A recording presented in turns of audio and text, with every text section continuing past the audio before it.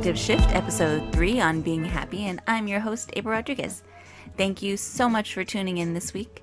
I hope that the Mercury retrograde is giving everyone a chance to practice their emotional alchemy. Remember not to let others fool you into thinking that retrogrades are a difficult time. We just have to recognize when we're being realigned and not necessarily see it as a challenge or an obstacle. That being said, today I wanted to talk about the topic of being happy. We seek happiness and peace of mind in a multitude of places. We search for it in malls and shops, at restaurants and bars, and most of all in other people. Celebrities sell us happiness and peace of mind in the form of products that we're told to believe will make us feel better about ourselves. It's easy to get stuck in the storyline of seeking happiness externally. We're so used to the same old story that we get lost in it. But the truth is, happiness and peace of mind are already within us. It's just hidden behind the millions of things we've placed before it, like other people's expectations of what our life should look like and be like. For me, this week I had to remind myself that I'm in charge of my own happiness. I don't know about you guys, but I have a terrible habit of comparing myself to others, and I've been that way since I can remember. It's something that I've worked hard to get past as an adult, but sometimes you get triggered. Even though I've worked through this a bunch of times before, there are certain days I'm just vulnerable. The old me would have spiraled into a fit of self-pity and feeling bad for myself and no, woe is me and the world is so terrible and everybody hates me. And it took a lot of energy to remind myself that my happiness doesn't rely on how well I'm doing compared to other people. My happiness doesn't depend on who likes me or doesn't like me. My happiness doesn't depend on how much money I have in my bank account or what clothes I have or any of that stuff. My happiness is based on me and how I feel, and if I feel good with everything I have. Am I content with what I have? Do I feel happy with everything around me? And then and only then will I feel happy. And even after saying that to myself over and over for days, and slowly but surely it started working. It didn't completely get there. So when that didn't work, I talked to Anthony about all my feelings, and it's funny, he told me everything that I had been saying to myself. So like I said, even though I was saying it to myself, it was nice to hear it from him, and it really did help change my perspective. See, we're the only ones who really have control over how we think and feel. So if you find yourself losing control of your peace, you have to fight to keep it. Be aware of your habits of thoughts and actions that are being triggered within you by different situations. It takes time, and it is definitely not a clean process, but with time, maintaining your peace of mind and happiness will come second nature. Happiness also comes when we find ourselves content with what we have and where we are.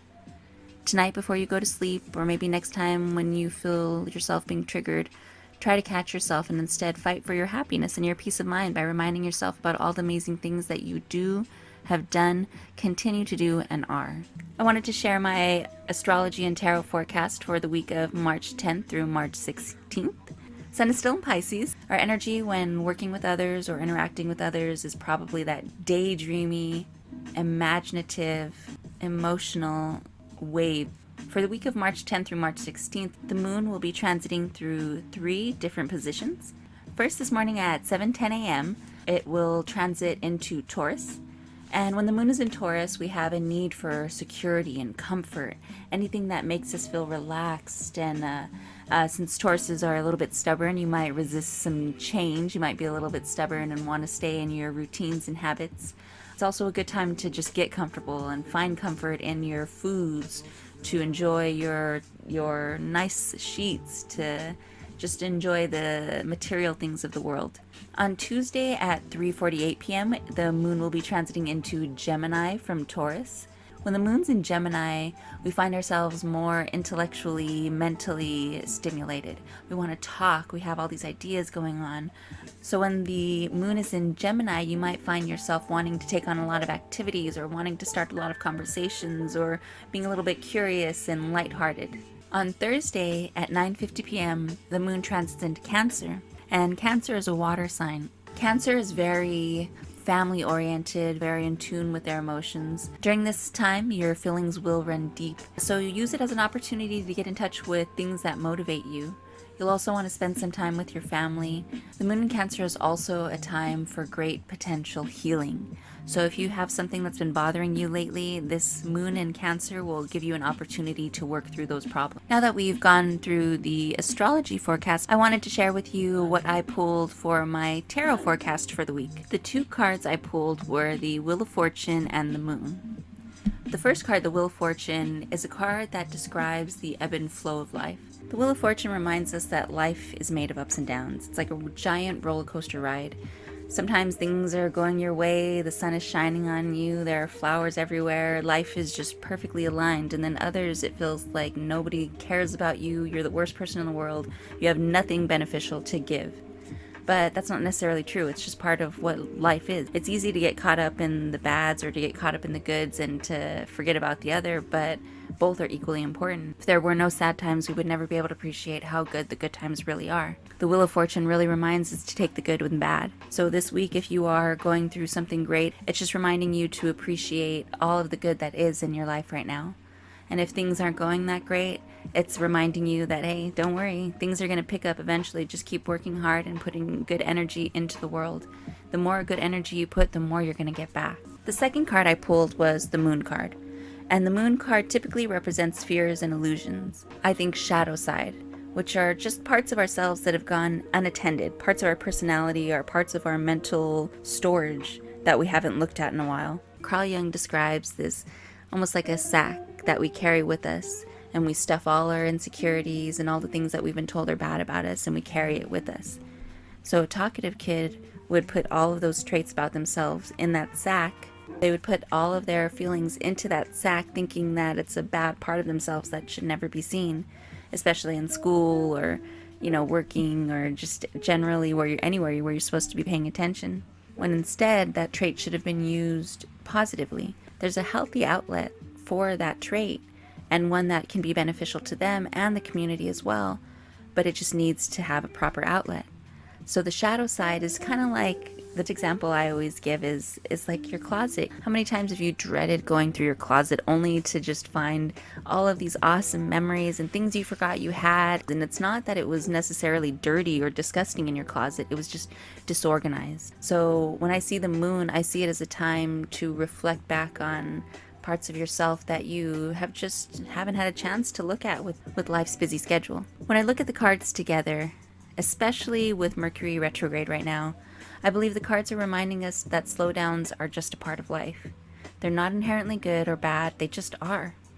The Moon card reminds us that this slowdown is a good time for examining our shadow side, which again is just parts of ourself that have gone unexplored.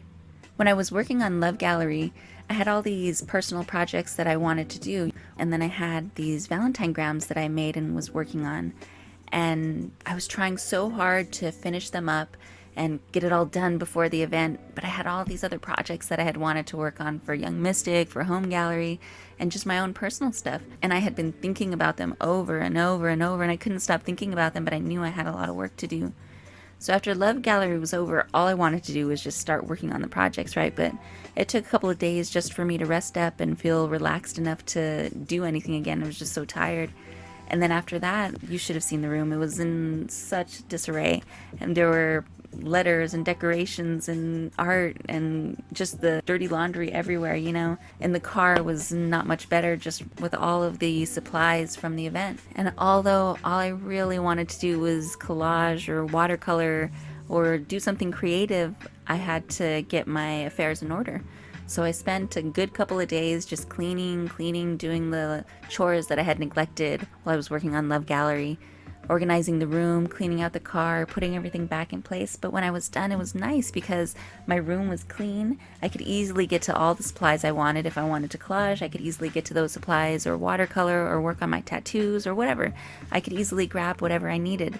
And it made working on the things I wanted to work on so much more pleasant, and I didn't have the worries or the stress of a dirty room or things that needed to be put away or tended to on the back of my mind. Our mental and emotional space is a lot like that. As the day progresses, we run into people, and sometimes people, just because they're in a bad mood or have had a bad day themselves, might say a snarky comment. We internalize it and take it personally without even realizing, because we have things to do. We have to keep moving on with our day, and they just sit there. And so it's important to take that time to kind of go through your mind and go through whatever's going on in your head. And with Mercury retrograde right now, if your technology is not working or you're not able to go to the places you need to, maybe it's a good time for you to just sit and be by yourself and look through all that stuff, kind of like you would pull out all the stuff in your closet, pull all the stuff out of your head, and you can write it down, whether that be on a journal with pen and pencil or whether it be on your phone. However you need to get it all out, get a good look at it, understand why you might have felt that way and how you don't need to feel that way, and how you don't need to let things disturb your peace. So now is a great time to either, like I said, spend some time with yourself or a therapist or a good friend and unravel all those emotions. Give yourself space to cry or act a little crazy, and once you're able to take all of that stuff out of your mental and emotional state and take a good look at it and process it, it won't be there clouding your mind anymore. And mentally and emotionally, you'll be able to tackle obstacles in your life so much better, or things you just want to work on. So this week, if you find Mercury retrograde slowing you down for some reason, really try to stop and see what it's trying to show you. Instead of saying, oh, this is in my way, or this obstacle is frustrating me or making me angry, try to look at why. Why am I being slowed down? What am I supposed to be looking at right now? What am I supposed to be reviewing? If you're stuck in your house, what a great time to really sit with yourself and reflect on your feelings and give yourself a kind of an emotional cleansing. If you're looking to clear some emotional and mental space for yourself this week, the moon will be in Taurus the beginning of the week, giving you a need for all things comfortable, so it's a great time to stay at home or to be in your comfort, resting and relaxing. You might be a little bit more stubborn, so it might give you a little bit of a hard time. After that, the moon will be in Gemini in the middle of the week, which will make you more chatty. So if you're someone who prefers to talk it out with a friend or a therapist, those would be great days to kind of work through whatever mental and emotional blocks you have right now. Or if you're more of an emotional person, the moon will be in Cancer at the end of the week, giving you a great time to just get in touch with yourself. And since moon in Cancer has the greatest healing potential, that'd be a great time to really get in touch with some deep emotions that you've neglected for a while. So if you're looking for some real deep and heavy healing, you might want to save it for Friday night or Saturday or sometime at the end of the week. Well, that's it for Perspective Shift this week. Thank you so much for listening and for responding and commenting and all the wonderful messages you guys send me. I hope this week's episode helps. If you have any questions, please don't hesitate to send me a DM. If you are having a hard time working through the week, don't forget that I'm always here as well. Before I go, I just wanted to remind you guys about my spiritual guidance reading, which is $25, whether that be in person or on Google Duo. We can work something out. Or like I said, I do written reports as well, if that suits you. I also have my March stick and poke flash sheet up on my page Modest Betty if you're interested in getting a stick and poke by me. They are $50 this month for the flower flash sheet. I also wanted to mention that Echoed Influence will be having a game night on April 19th from 6 to 9 p.m. at the Collab. If you're interested in participating in one of the tournaments, go check out our Echoed Influence page to get more information on that. We also have a home gallery workshop coming up at the end of the month. If you're interested, go check out our home gallery page. I have my tarot workshop at the end of the month, March 31st at noon, and this one is about creating a safe space. It's $10. I am taking reservations. There are only 10 spots, so please send me a message if you're interested. And that's it. Thank you for listening, guys. We'll see you next week.